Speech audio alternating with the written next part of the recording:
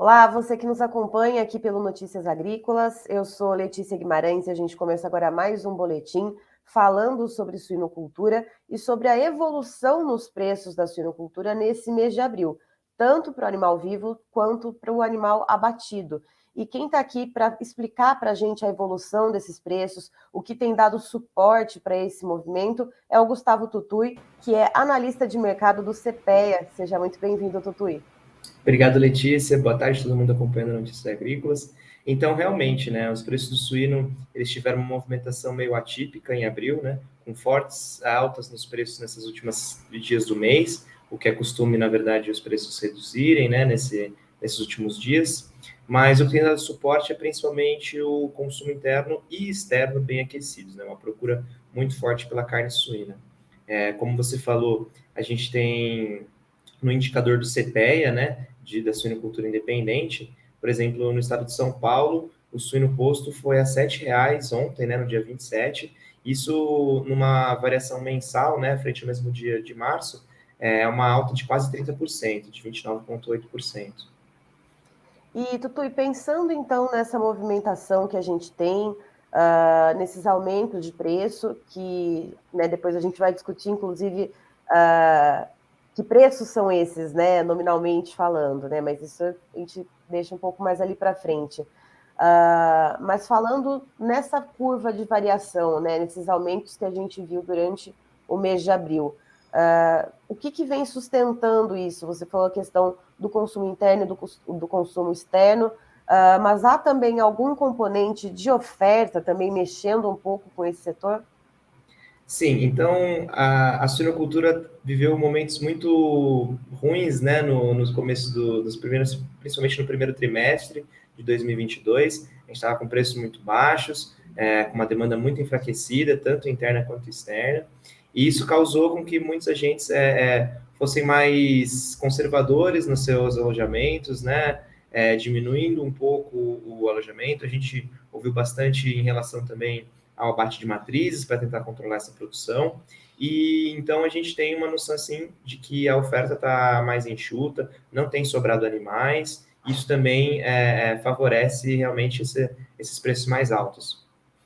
E além disso, tem alguma movimentação que vocês tenham notado de animais indo para abate mais leves, que também é algo que aqui no Notícias Agrícolas a gente ouve de algumas lideranças assim dos principais estados produtores dessa redução do peso dos animais. Isso realmente está acontecendo? Isso realmente está mexendo com o mercado? Exatamente. Isso é um dos fatores de controle da oferta também, né? Porque você vai ter menos carne, né, chegando, né, nos mercados, no varejo, no atacado, porque os animais vão estar mais leves, justamente. Nesses períodos em que a demanda se fortalece, assim, a liquidez do animal e da carne ela aumenta, tende os produtores a não segurarem os suínos, a baterem eles mais leves realmente, diminuir esse peso médio, principalmente se a gente considerar o cenário aí de custo de produção elevado que a gente está tendo, né? O milho e o farelo de soja, mesmo com recentes quedas, ainda está em patamares bem elevados, né? As duas cotações ainda estão em patamares bem altos. Então, nesses períodos de custo de produção elevado, o fortalecimento da demanda, o aquecimento da demanda e aumento da liquidez faz realmente com que o peso médio de abate dos suínos diminua.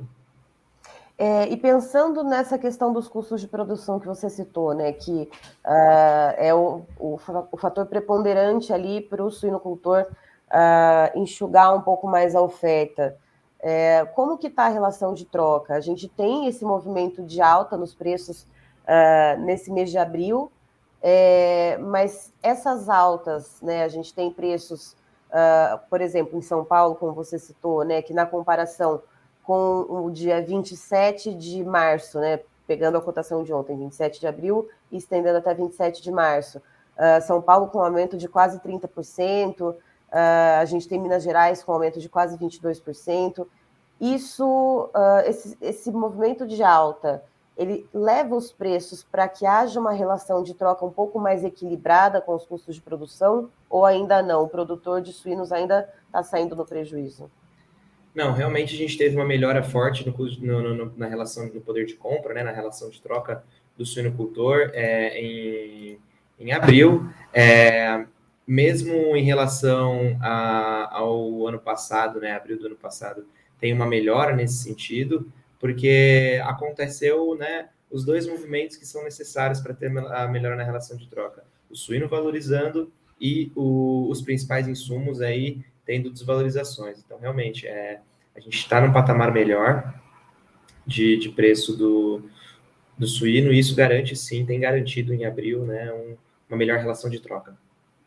Mas ainda assim ela segue desfavorável para o suinocultor ou não? A gente tem que sempre usar, quando a gente fala numa série de ações de troca, a gente tem que usar algum comparativo, né? Então, em que ponto estava ideal para o suinocultor para a gente comparar com esse ponto de agora? Então, na maioria da série histórica, a gente vê patamares de preço antes desse salto nas cotações do milho, né? O milho ainda está na torno de 80, 90 reais a saca, né? Então, quando ele era 60, isso era ideal. Mas quando ele estava 60, o suíno estava R$ 4 o quilo. Então a gente tem que sempre olhar de um ponto de partida. Em relação ao que a gente viu durante o ano passado, na maioria dos momentos, né, a relação de troca atualmente ela está um pouco melhor. Certo.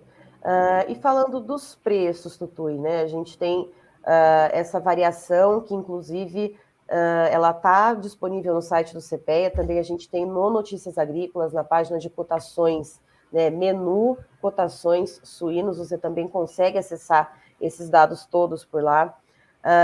E falando dessa variação, a gente tem algumas praças principais que são destacadas pelo CPEA, e aí eu queria pegar os extremos, né? Então, repetindo, São Paulo, né, com uma variação mensal, pegando de 27 de março a 27 de abril, de quase 30% de aumento no preço do quilo do suíno vivo.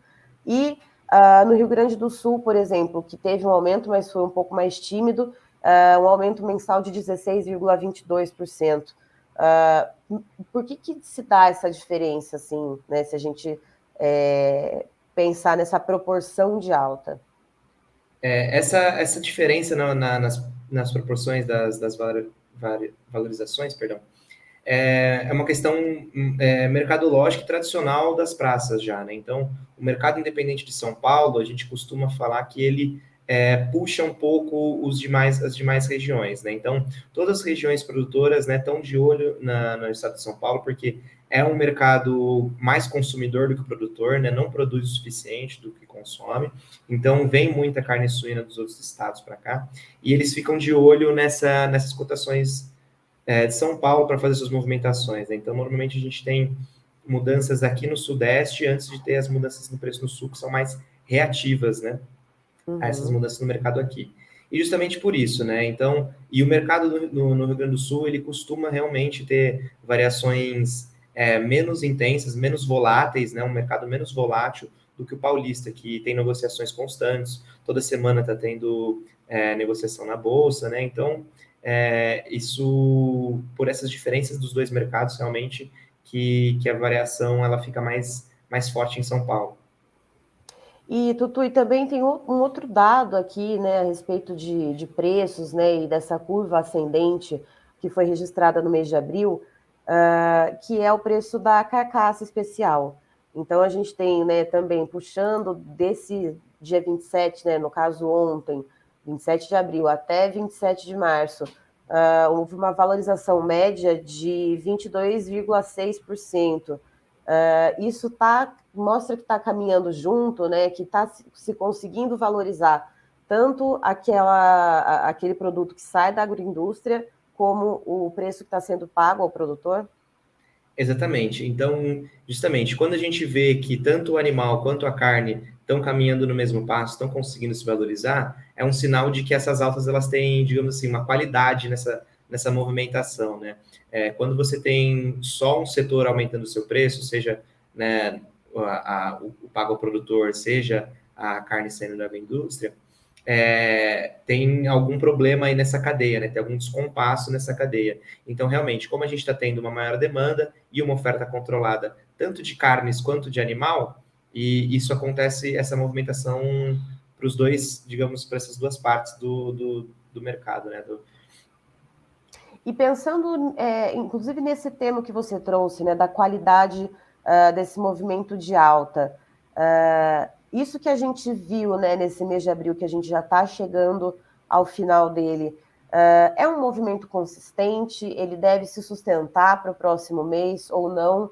Foi algo que a gente viu de maneira pontual, né? E o que foi essa pontualidade, se for o caso? Então, como eu falei, essa alta está se baseando em dois fatores, né? O consumo interno e o consumo externo. O aumento na demanda no mercado brasileiro e também o aumento na demanda pela carne brasileira no mercado internacional. No mercado interno, a gente não está tendo sinais, né, e previsões de melhora para os próximos meses na situação da renda do brasileiro, né, do aumento do consumo da população de modo geral, né? Pelo contrário, é um consumo que tende ainda nos próximos meses ficar bem limitado. Então, por mais que a gente tenha tido essa melhora em abril e que ela possa ocorrer pontualmente em outros períodos, a gente tem aí que o Dia das Mães, né, tradicionalmente, é um dos melhores dias para venda de suíno, né, no Brasil, né? Isso é quase um ditado popular da suinocultura, né? A gente é o segundo melhor dia, assim, das vendas de suíno. Então, nos próximos meses podem ter, sim, aumentos pontuais no consumo que vão continuar pautando essas altas, mas é difícil olhar para o mercado interno e ter confiança de que esse consumo vai continuar sempre aquecido, né, nos próximos meses, né? E essa E na, movimentação... Perdão, pode continuar, desculpe. Não, e aí na parte interna, realmente, a suinocultura ela é bem dependente das exportações, né? Então, qualquer movimentação mais brusca de redução ou de alta, os preços internos reagem bem, né? Reagem rápido. E como a gente observou durante 2020, 2021, o mercado exportador de carne suína brasileiro, ele é bem dependente das movimentações chinesas, né? E ficar dependente de poucos países, né, vender muito para a China, né, em detrimento de outros locais, deixa a gente, de novo, muito dependente e qualquer movimentação pode alterar, como a gente viu nos primeiros meses, né, de 2022, no primeiro trimestre, as exportações diminuíram bastante e isso trouxe um problema grave de sobreoferta de carne de animal aqui no mercado interno. E retomando, Tutu, a questão dessa pontualidade, né, dessa melhora que a gente viu agora no mês de abril, isso está ligado, e você, né, no começo da entrevista, você trouxe a informação de que essas altas elas foram um pouco mais consistentes, né, na segunda quinzena. Isso está ligado à questão de final de Semana Santa, a questão dos feriados também que tiveram, e aí, né, a gente pode ser que não tenha, né, essa conjunção de feriados que a gente teve nessa segunda quinzena de abril em outros meses. Isso está ligado a isso ou não? Exatamente. O mercado interno é difícil você medir com certeza, né, como foram as vendas, né? Tem que conversar muito com os consumidores, com outros agentes, mas o que a gente viu em abril é justamente esse final da Semana Santa que tende aí a dar uma melhora. Esses feriados, né, que às vezes aumenta o consumo de carne suína para churrasco, por exemplo, né, ou até o final dos feriados, o pessoal voltando para casa quer comer em casa, quer gastar menos dinheiro, né? E aí a competitividade da carne suína entra muito, né? Porque a carne de frango ela está bem valorizada no mercado interno, a carne bovina também, ela segue em patamares bem elevados, né? A gente tem visto. O próprio peixe, né? Estava em preços muito elevados também por causa da Semana Santa, tilápia, né? Que a gente acompanha também. E então a competitividade da carne suína que tem favorecido esses movimentos, né? Então o consumidor vai buscar um produto mais em conta aí de qualidade e vai encontrar na carne suína, né? Então, pensando por esse lado da competitividade também, inclusive o CPEA informou hoje, né, que a competitividade da carne suína frente à carne de frango é a maior em 12 anos.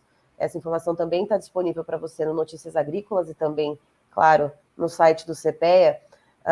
E aí, nesse sentido, Tutu, eu queria saber mesmo tendo essa competitividade maior, mais elevada, que não era vista há tanto tempo, a gente pode estar vendo uma demanda um pouco mais estagnada, tendo chegado a um limite, porque também sabemos que existe uma descapitalização da população, ou não, a gente ainda pode aguardar ainda uma subida, né, de pouquinho em pouquinho.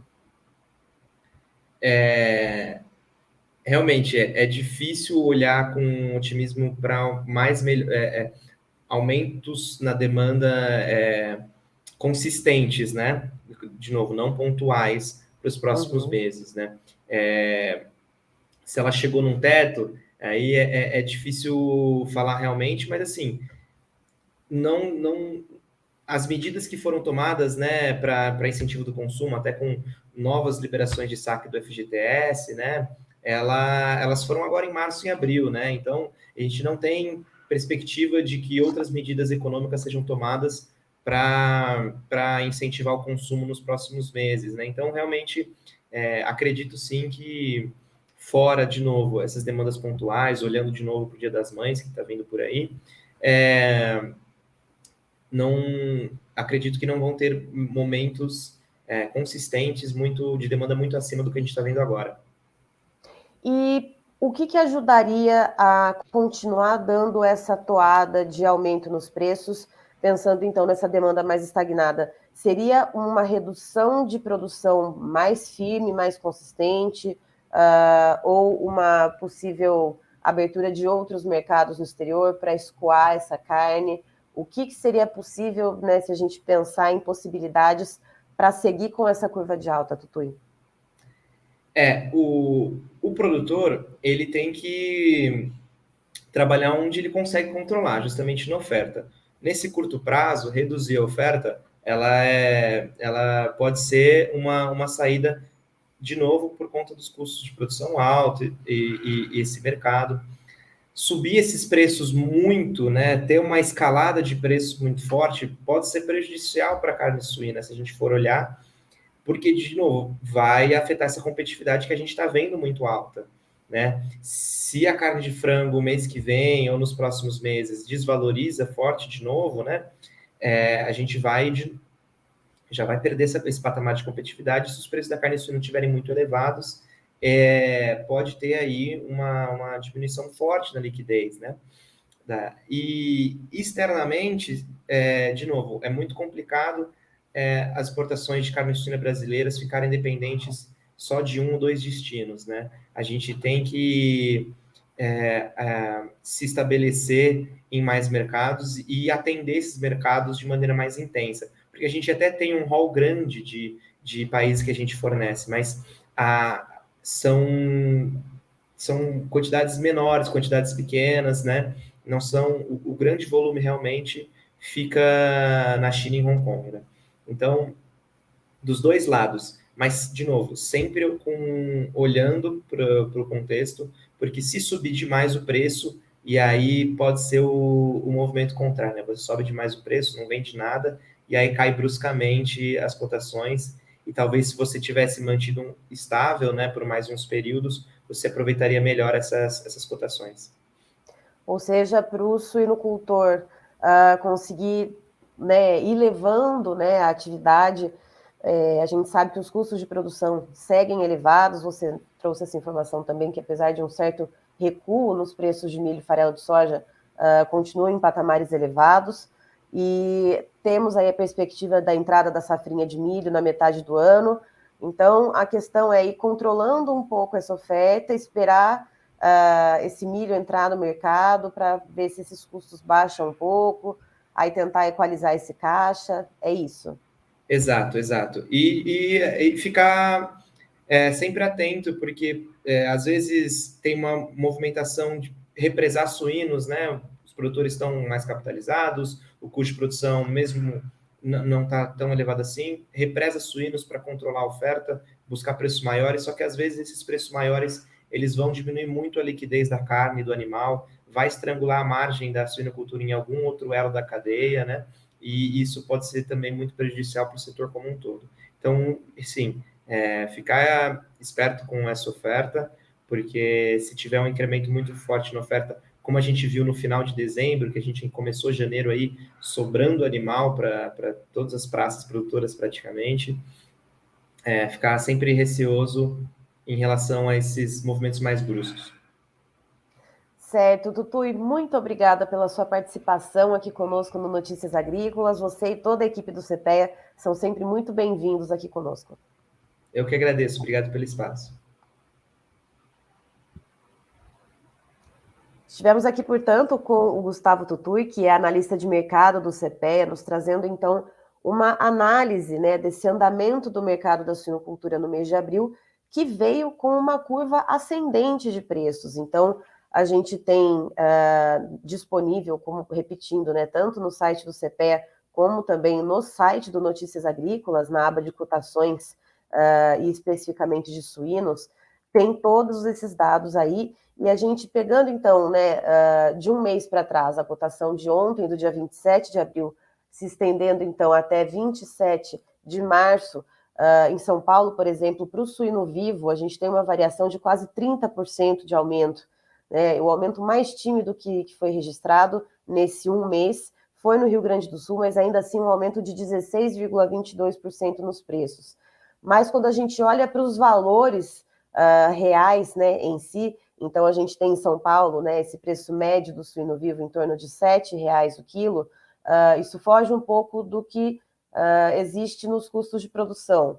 Né? O Gustavo Tutui, ele trouxe também a informação de que houve sim também nesse mês uma melhora no poder de compra do suinocultor, com uma redução do milho e do farelo de soja nesses preços, né, que são os principais componentes da ração, esses dois insumos, mas ainda assim seguem em patamares altos. Então, quando a gente olha em termos reais, esses valores subiram sim, mas eles não chegam nem perto do que foi visto, por exemplo, em novembro, dezembro do ano passado, né? Então, a gente tem sim essa curva ascendente, tem sim essa melhora, mas ainda assim os preços estão aquém do que já foi visto.